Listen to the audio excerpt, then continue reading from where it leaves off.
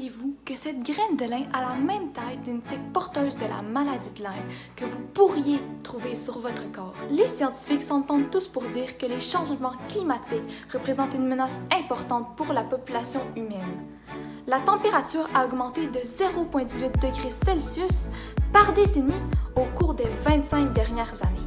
Au Canada, l'augmentation est 2 fois plus élevée et d'ici 2070, la hausse anticipée est de 5 degrés Celsius. Ce phénomène permet aux insectes et aux animaux de migrer davantage vers le nord, apportant avec eux de nouvelles infections dont ils peuvent être les vecteurs ou les réservoirs sur le territoire canadien. Parmi celles-ci, on retrouve la maladie de Lyme, c'est-à-dire une infection transmise par une morsure de tique à pattes noires. D'ailleurs, les cas répertoriés au Québec ont triplé, passant de 125 cas en 2014 à 304 cas en 2018. Dans le contexte de cette croissance, j'ai voulu vérifier si les connaissances et les pratiques de la population québécoise pour se protéger contre cette infection étaient adéquates en comparant mes résultats avec une étude allemande, un pays touché depuis plus longtemps par la maladie de Lyme.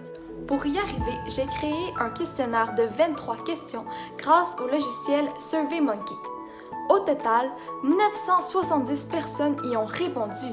Ensuite, j'ai procédé à l'analyse des données avec l'aide d'un chercheur de l'Université de Sherbrooke, Alex Carignan. En effet, la population a un bon niveau de connaissance sur la perception du risque lié à la maladie de Lyme et au changement climatique, sur la transmission et sur la prévention de cette maladie. Par contre, lorsque vient le temps d'appliquer les mesures de prévention, les résultats sont un peu moins bons, surtout lorsqu'on les compare à une étude allemande. Par exemple, 31% des Québécois affirment examiner toujours ou souvent leur corps suite à une activité en forêt, une des mesures préventives les plus importantes, tandis que 77% des Allemands le font. Cela pourrait s'expliquer par le fait que la maladie Lyme est présente depuis moins longtemps au Québec et donc qu'il est plus difficile d'intégrer de nouvelles habitudes de vie dans une population. Bref, mon hypothèse est à moitié validée et à moitié invalidée. Autrement dit, la population a un bon niveau de connaissance sur la maladie de Lyme, mais n'applique pas les mesures de prévention.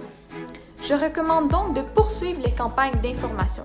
Cependant, pour inciter les gens à changer leurs habitudes de vie lorsqu'ils font des sorties en forêt, il faut en faire beaucoup plus. Alors, je suggère d'éduquer les professeurs et faire appliquer de façon obligatoire les méthodes préventives auprès des jeunes, et ce, dès la maternelle. Mais dépêchez-vous, le temps presse! Tic-tac, tic-tac!